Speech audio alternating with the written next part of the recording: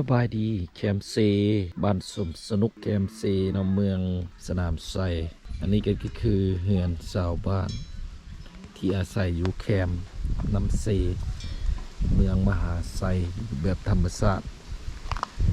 ส่วนหลายเฮือนแถวนี้จะเป็นเฮือนสองสั้นเนาะพี่น้องเขาจะเห็นเป็นสั้นลุมแล้วก็สั้นเทิงเนาะสั้นลุมนี้จะบ่มีคนอยู่จะเป็นโล่งๆเนาะบนเก็บเครื่องเก็บของด้านเทิงจะเบ็ดบนนอนแล้วก็มีแบบเรือนครัวเตียงอยู่ครัวกินแบบนี้เนาะเพราะว่าบ้านนี้มันน้ำท่วมเนาะพี่น้องน้ำซีนี่ขึ้นมาท่วมแถวนี้เนาะเกือบว่าทุกปีเลยน้ำท่วมแถวนี้มันก็จะเลี้ยงงัวมีงัวมีอาชีพชาวไร่ชาวสวนตูกเลี้ยงงัวได้นี่เลี้ยงแบ่บ่อกข้าวอกม่วงธรรมชาติบรรยากาศสุดยอดเลยบ้านมหาไซเล่นว่าวนี่บรรยากาศแคมน้ำซีแคมวัดแสนอันนี้น้ำซีเลยนี่พี่น้องซีบังไฟบรรยากาศดีเย็นสบายด้านนี้จะเป็นศาลาคือเมื่อขี่รถอยู่ศาลาสมบัติโอ้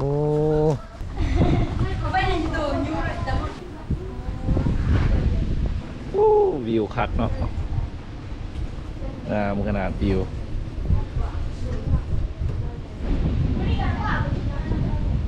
บ่ได้ไปโรงเรียนมานี่จังโมงไปโรงเรียน1 โมงเดี๋ยวนี้ก็1 โมงละ2 โมงแน่นวะไปละอยู่บ้านนี่วะบ้านใดสักฮะโควาดูใกล้ๆวะฝากกันวะไปจังได้ฝากนั่นมีขัวขัวเนาะโอ้เฮ็ดเป็นสไลเดอร์เลยเนาะขี่รถ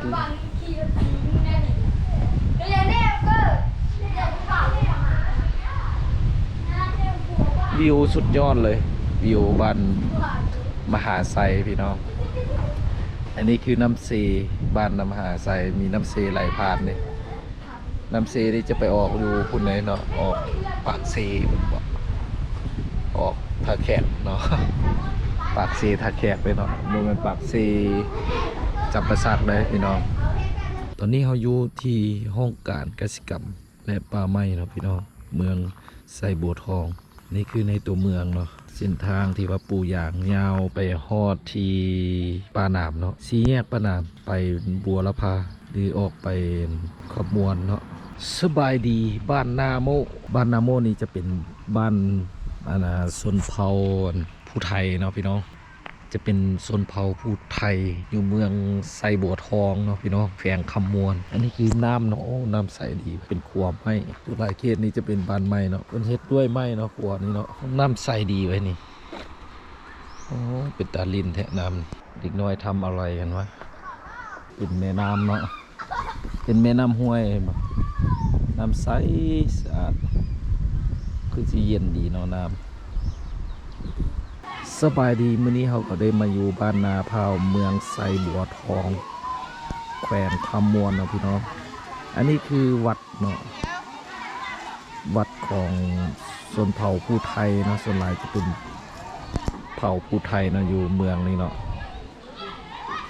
บรรยากาศวัดเนาะนี่เนาะนี่ก็คือเป็นน้ำห้วยเนาะมีขัวเนาะอันนี้จะเป็นขัวไม้นะพี่น้องเป็นน้ำห้วยน้ำแม่น้ำไหลผ่านแม่น้ำก็ใส่อยู่เนาะตัวนี้จะเป็นเขาเจ้าดูดน้ำขึ้นไปใส่เนาะเป็นคุมขุดเป็นคุมแล้วก็เอาไดเนาะใส่นะไดไฟฟ้าเนาะไดดูดน้ำนี่ดูดขึ้นไปใส่เขตนี้น้ำส่วนใหญ่จะเป็นเฮือน2 สั้นเนาะจะเป็นสั้นลุมจะบ่มีคนอยู่มีบอนเก็บเครื่องแล้วสั้นลุมเป็นสั้นล่างสั้นเทิงเป็นปุ่นอยู่บนนอนเนาะมื้อนี้คนเขาเจ้าไปวัดไปโครงการบ้านเนาะบ่ค่อยมีคนปานใดอยู่บ้านเขาจะไปเฮ็ดเวียก หรือว่าเขาเจ้าไปรวมกันเนาะอยู่ที่บ้านองค์การบ้านและวัดบรรยากาศบ้านแบบธรรมชาติสุดเนาะพี่น้อง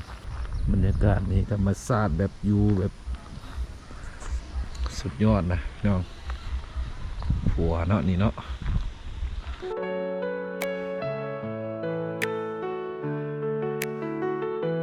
เห็นเขาเดินจับมือกันยามแลงหัวใจมันอ้างว้างน้ำตาไหลซึมบอกโต